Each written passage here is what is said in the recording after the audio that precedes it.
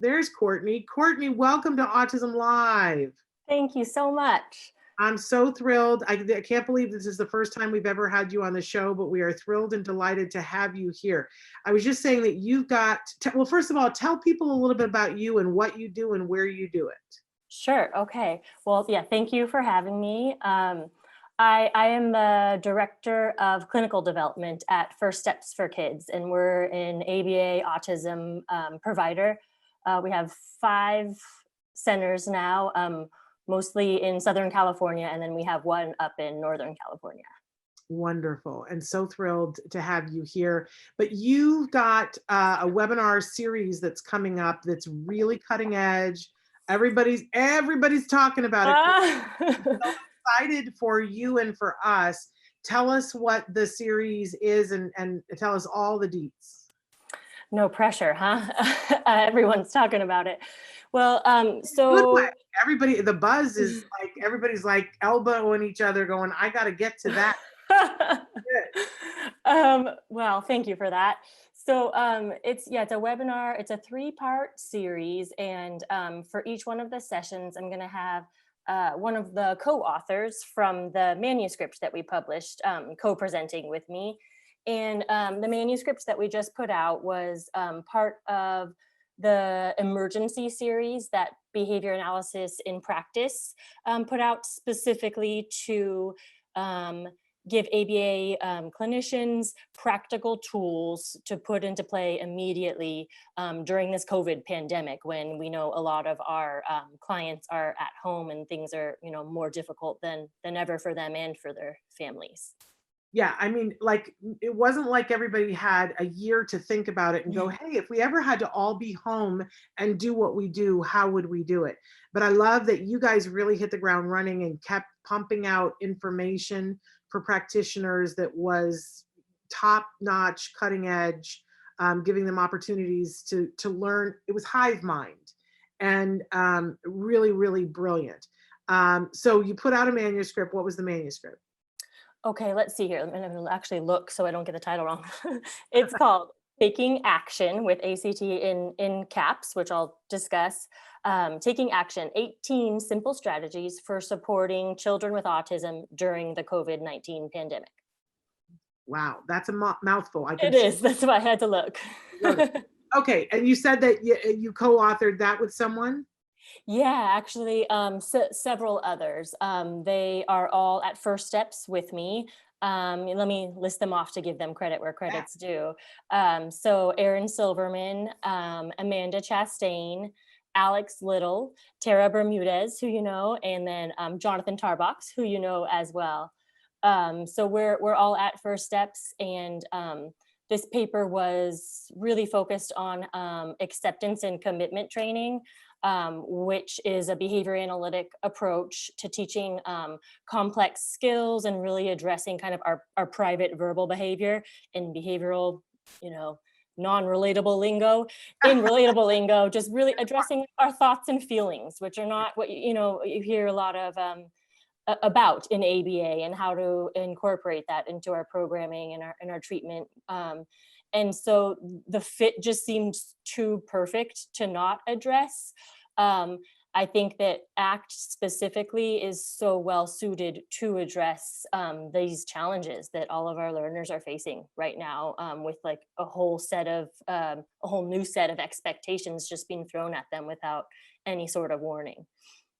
Yeah, and we've talked a little bit before on the show about ACT. I'm a fan, and in particular, I've tried to focus on the show about the fact that there is just more and more research all the time talking about how when caregivers of kids who are on the autism spectrum are given the opportunity to access ACT and use it in their lives, not only do they manage their stress better, but there seems to be a direct correlation to their child doing better.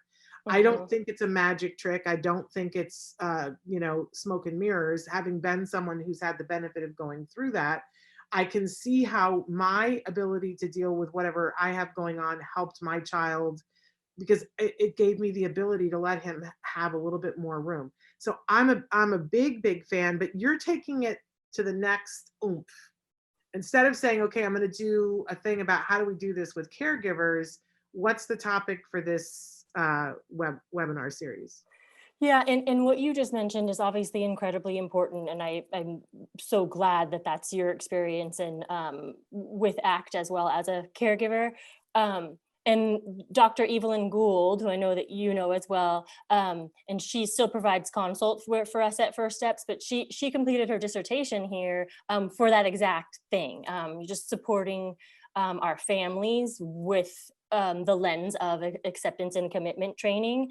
And really her focus was to give them tools, even for things like self-care and making time for themselves, and then seeing how that, like you were mentioning, can then it seems so obvious that we even have to research this, right? Like obviously then that would have a positive effect on their children. But even, I mean, I had the benefit of that, and even I, like, who was like, duh, of course, um, I was shocked that from starting and having access to and doing some of the things that we did, which seemed like that they were no big deal while we were doing them, Mhm. but had an impact on how I felt that day, had an impact on how I felt that week, and how I parented that week, that month, that year, so that when we looked back, the things that I had been able to identify at the very beginning before we started that were important to me had shifted massively. Mhm. Like there was such a difference that even I was shocked, and I was like, wow, Mhm. this works. So yes, so it's so important that the caregivers give it, but as I said, you're taking it to the next level. We're trying, and we're not the only ones. ACT is catching as far as including it into programming for learners, and then more specifically, our paper was for children with autism. It's still very, very new, and I think part of the reason for that is that ACT. The description of it can be very like touchy feely, and then with that kind of messy. And within the ABA world, we like our data, we like things clean, we like our definitions. And so it can be tough to kind of fit acceptance and commitment training into that box. But I kind of think that that makes it all the more important. Real life is messy, and we're not going to have clean definitions, and we'll figure it out as we go. And really, we're still collecting data, and our interventions are still function based, which is like the bread and butter of ABA.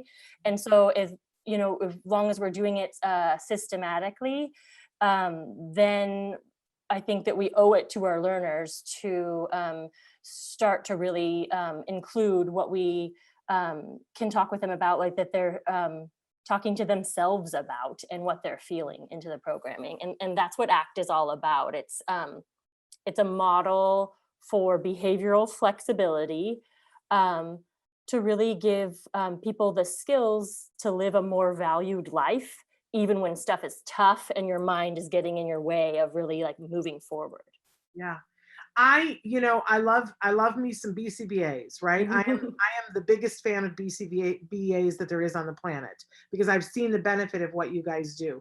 Sometimes I get frustrated with the jargon that you all love, love, love. But that's okay. I accept that about you. And it has been interesting because I was introduced to ACT by BCBAs, but I always find it funny that how BCBAs get a little bit like, well, it might be too. I don't get it, because for me, it seems like you're identifying what's important to you, which is part of a preference assessment, and then you're moving towards what's important to you, which seems like a reinforcer. So I don't ever know what the BCBAs, where BCAs get a little squishy with it, but I love that more and more BCBAs are joining the bandwagon and saying, hey, we think this is an important companion piece, because we do have to deal with how somebody feels Mhm, and mhm, what they're thinking about how they feel, because that's all part of getting to the goal, which is the reinforcer. So mhm. you're really, this webinar, tell us what the dates on it are and how people sign up, and then what you're going to be, because it's 3 dates, right? Yeah, yeah. Oh man, I should have written down the dates so that I don't get this wrong. So it's a 3-session series, and it starts on Tuesday, June 9th, and Okay. then the following 2 Tuesdays. Okay. And so for the first session, Jonathan Tarbox will be Great accompanying me. man. I assume that you are too. You know, most of the time. But you're honestly a huge personal hero of his. And so he was so excited that I have the opportunity to be on today. Oh, Uh, so he'll be joining me. love you. So he'll be there. Yes, on June 9th, and it's from 1 to 2:30, as are all of the sessions. And for the Pacific first, time, right? yes, yes, thank you, Pacific time. For the first session, we're really going to be talking about the conceptual piece and the behavior analytic underpinnings of acceptance and commitment training, just to make sure that we're, you know, staying true to our science and addressing any concerns that BCBAs or anyone, you know, wanting to join the webinar may have before we dive in. And then the next session will be with Tara Bermudez. And there we'll really be talking about some sample function-based interventions to talk about the 6 self-management areas that ACT addresses. And within our paper, we wanted to give very concrete examples of, so that, you know, clinicians could go put strategies into action right away. So we have accompanying worksheets for a lot of the interventions that we discuss. And we want to go over some of those strategies. And we want to highlight that this, as with any ABA approach, is not a cookie cutter intervention. And so these are some examples of what to do. And then we really want to get people thinking about how their learners and what they're struggling with, how they can then individualize and tweak these interventions to apply it for them. And then the final session will be with Erin Silverman, another program director at FirstSteps. And we're going to be talking about how to sort of wrap all of this up and put it into action and tie it to values, like you were mentioning, because, and that should be everything. I mean, we want to have true meaning tied to everything that we're doing, so that it makes sense about why we're doing it, and always having that lens of what's important to the learner or whoever we're working with. Otherwise, why are we working on it? Exactly. Man, I just love the whole thing. So where do they go to sign up? And then we're going to have a little conversation about who is this right for and who is this not right for. But where would you go to sign up? So it's being hosted by Connections Behavior Planning and Intervention. So you can just Google them, or it's connections-behavior.com. And then they have a whole list of different webinars that they are offering. And the title of our webinar is ACT for ASD series with Courtney Tarbox and guests. I love it. And Traven, just a note to Traven, let's try to get that up on our Facebook comment so people can also find it there. I know it's on my Facebook feed, and I'll try to move it up too, because there's been a lot of things going on that, you know, probably moved it down, but it's there. But so they can go and register. Now, is there a cost?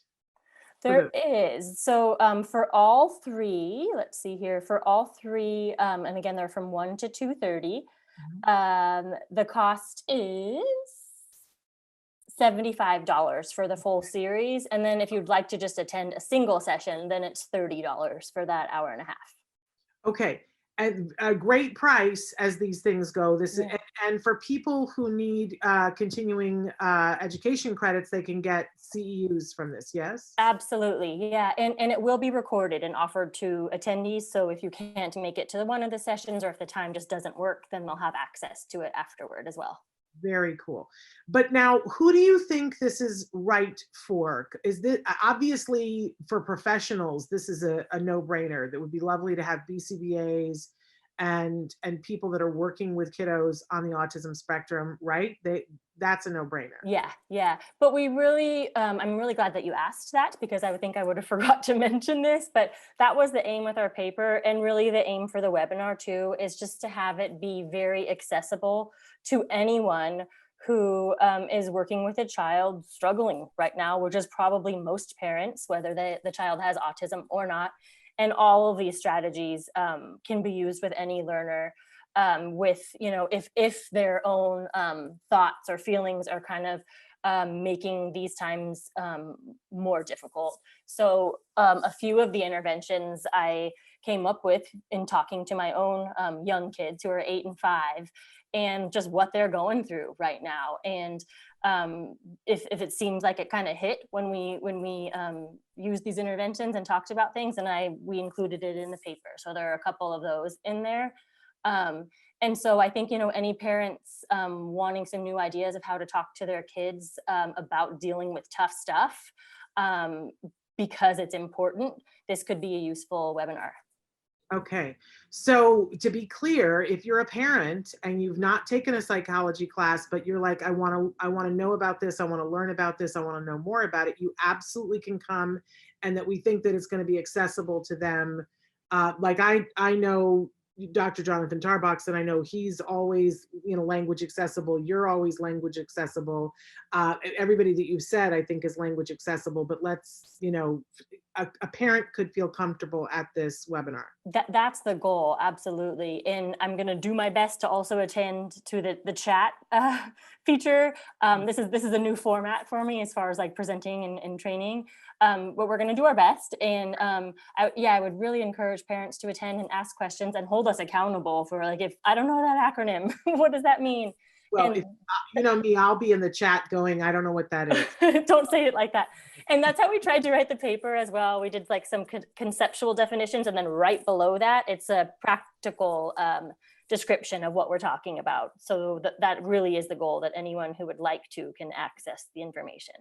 I love it. So really, it's like talking about a new toolbox. Yes. Yep. It's still ABA. It was developed to be behavior analytic, and it's also a very common psychological model as well. But we're talking about how to put it into play within ABA treatment models. And they want to know one more time, what is ACT? ACT. Okay. So when we talk, so it's commonly referred to as acceptance and commitment therapy. And then more recently, we're talking about it as acceptance and commitment training when we're using it as a piece of behavior intervention or within ABA models, and not a part, of other domains of psychology. So I prefer to use, acceptance and commitment training. And really, it's a model of behavioral flexibility. So it aims to teach us 6 main self-management repertoires, essentially, to help us be more flexible, so that like our own language is not preventing us from doing things that are important to us. Because, in life, when stuff gets tough, it's pretty tempting to kind of avoid or put things off or tell yourself you'll do it later, or that you don't need to do it, when probably in the back of your head that it's important to do. And so that's what ACT is all about, is giving you the tools to do what's hard because it's important to you. Yeah, absolutely. I grew up in a model because my parents didn't know any different. But if you were having an emotion about something, or something was difficult, you were told to just suck it up. Mm-hmm, mm-hmm, Right? mm-hmm. Quit your crying, just suck it up, just do it. And I think that, sometimes people will experience different kinds of therapy where either you get stuck in the emotion and you just marinate in the emotion, Mm-hmm. or you're supposed to somehow push it down. And what I love about ACT is that it says, yes, this is happening. Yep. This is Yep. happening, and you're feeling this way, and why are you feeling this way, and why is it important what Mm-hmm. you're feeling, and why is there's something that's important that's helping you to feel this way. And now let's look at all of that, but then let's look at the bigger picture, and then we'll sort out how to move forward.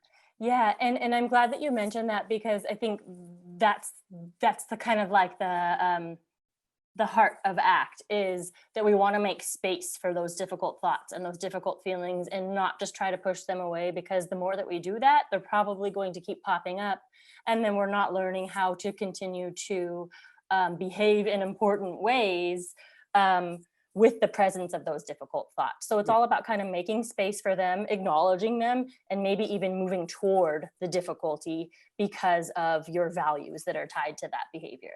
It's amazing, and it really helped me, and I know that it's helped a lot of other parents who have kiddos on the spectrum. And I got to say, because both my son and I were going through it together, it has helped him. And I see that like the pebble in the pool with the ripples, because I see my son interact with his friends when somebody's getting upset, and I see him utilizing the tools that we Oh. learned, and then they pick it up. Mhm. It's just, if you are looking for a better model for how to live and be happier, and especially in this world that we're living right now, this is very accessible. It is not something that you're going to contemplate your navel for 3 years. It's not like that. I encourage you, go to this workshop and see if there's a way that it can help you to help your child. So we've gone way over, and I apologize for keeping you late, but it was too good to stop.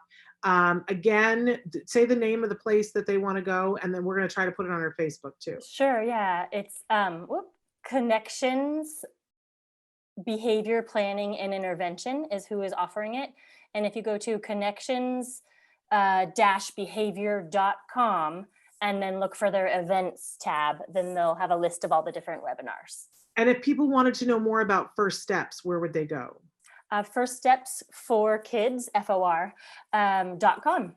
Wonderful. Will you please give everybody my love and hug those babies of yours? I can't believe they've gotten that much older. I know. I adore you, Shannon. Thank you so much for having me on. Feeling is mutual, and I just have loved, I feel like you guys are making inroads into something that is really, really important. And all I keep hearing, I have not been able to be at one of the presentations that you have done, but all I keep hearing is that you are the presenter that is like just hot, hot, Oh. hot, hot, hot.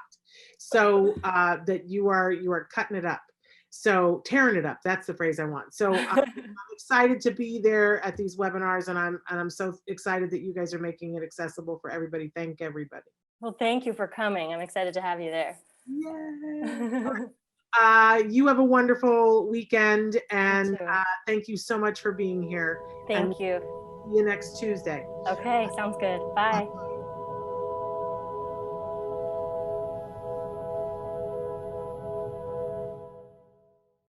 Hey, thanks for watching Autism Live. To subscribe, click here.